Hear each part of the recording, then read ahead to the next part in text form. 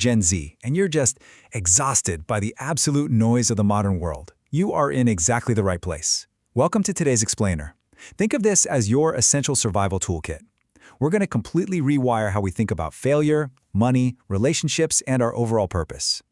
These 10 books, they're foundational blueprints to help us figure out who we actually are underneath the algorithm that's feeding us content every 6 seconds. We're going to break it all down so we can walk away with clear, actionable insights today. Okay, here's our roadmap for today. We'll be hitting the Gen Z dilemma, mastering systems, reclaiming your focus, navigating wealth and power, discovering meaning, and finally, figuring out your next chapter. Part 1. The Gen Z Dilemma. Infinite information, but zero filters. Moving into Part 2, mastering systems and action to really take control of your daily routine.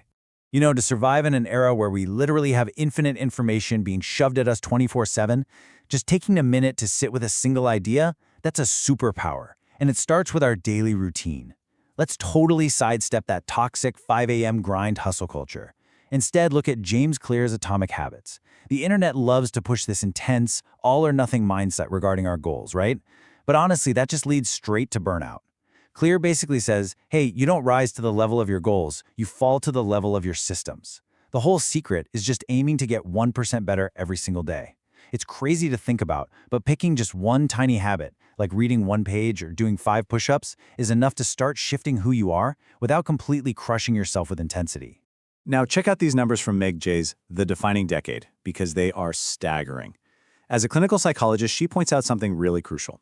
80% of life's most defining moments, we're talking your career trajectory, your relationship patterns, your core identity, they happen by age 35. 80%. That means all of that is happening right now. Our 20s aren't just some throwaway practice round where we can figure it all out later. Whatever big decision you might be putting off right now, the cost of waiting is actually way higher than you think. Now, if Atomic Habits was a gentle nudge, our next book is basically a sledgehammer. We're talking about David Goggins and Can't Hurt Me. This directly attacks our modern obsession with being comfortable.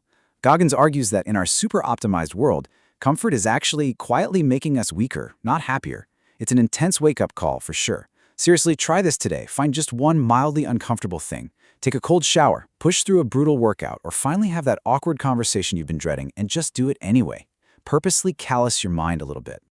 All right, Part 3, reclaiming focus and energy. It is time to protect your mind.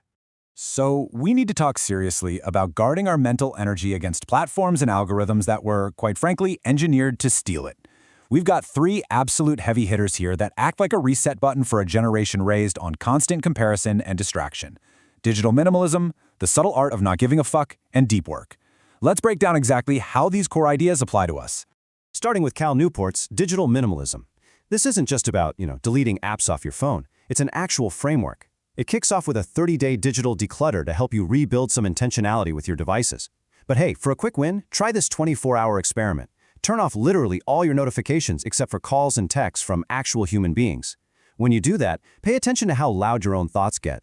Without our daily 7 hours of TikTok to drown it out, that silence you finally hear when the dings stop is incredibly valuable information about what's genuinely going on in your head.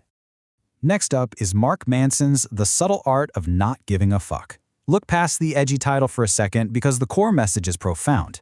We only have a limited battery of emotional energy, so stop outsourcing your self-worth to metrics and opinions that honestly do not matter. You have to be brutally selective. Try to spot 3 things stressing you out this week that don't match the person you actually want to become, and give yourself full permission to just drop them. Rounding out this focus section, we're back to Cal Newport with his concept of deep work.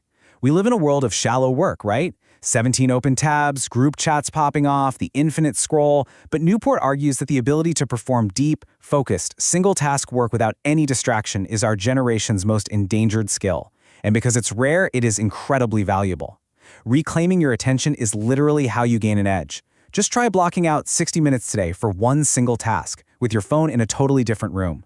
The spike in your productivity will be insane. Moving on to Part 4, navigating wealth and power, and how to survive the external world. So once we've got our internal systems and focus dialed in, we have to look outward. Robert Kiyosaki's Rich Dad, Poor Dad gives us a timeless financial filter that is an absolute necessity right now. It is so simple. Assets put money in your pocket over time, while liabilities take money out. In today's brutal, high cost of living environment, understanding that difference is absolutely crucial. Before you make your next impulse buy, just take a breath and ask yourself, is this thing going to act as a magnet for my wealth, or is it just going to burn a hole in my pocket? It completely shifts how you see spending. Next, we have to talk about human behavior, specifically through Robert Greene's The 48 Laws of Power. Now, this explainer takes no moral stance on the specific tactics in this book, as it outlines historical power dynamics that can definitely be uncomfortable to read about. But we're presenting it as a neutral, incredibly crucial mirror to human behavior. The goal for us here is pure pattern recognition. By neutrally observing how influence and manipulation work, we become much harder to exploit, whether that's in a toxic workplace or a bad relationship. When a situation just feels off, knowing the underlying pattern is your absolute best protection. And Part 5, Discovering Meaning and Purpose, really the ultimate goal. This brings us to the very real anxiety and just existential dread that infinite options cause for so many of us today. Let's pause and really think about this idea, inspired by Viktor Frankl's monumental book Man's Search for Meaning. Frankl was a psychiatrist who survived the Holocaust, and he observed that humans can endure almost anything as long as they have a why. This framework? It's not about waiting for life to get perfectly easy and comfortable before you finally start living.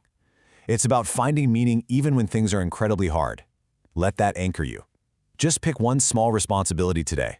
Maybe it's practicing a skill, nurturing a relationship, or just a small daily duty, and let it bring you purpose, no matter how chaotic the rest of the world gets.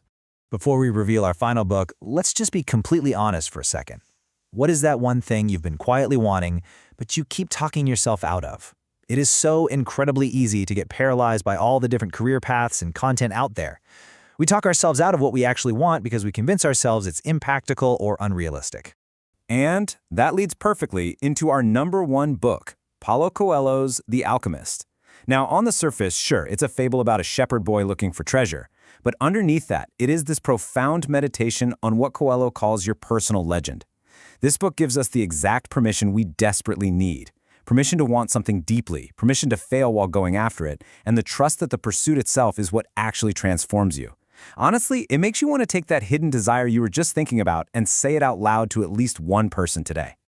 Finally, Part 6, Your Next Chapter, How to Take Action Today. We've covered a lot about how to build a life that actually belongs to you, especially in a world constantly trying to hand you someone else's script. So let's set some anti-hustle ground rules for this explainer. You absolutely do not need to tackle all 10 of these concepts overnight. In fact, please don't.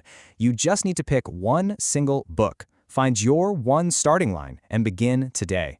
Don't just passively consume this. Really read, absorb, and apply. So I'll leave you with this. Which single idea from today are you going to use to rewire your mind right now? When this explainer ends, I challenge you to stop scrolling, step out into the real world, and take your very first intentional step. Thanks for joining me on this explainer, and I'll catch you in the next one. So that's it for today's video.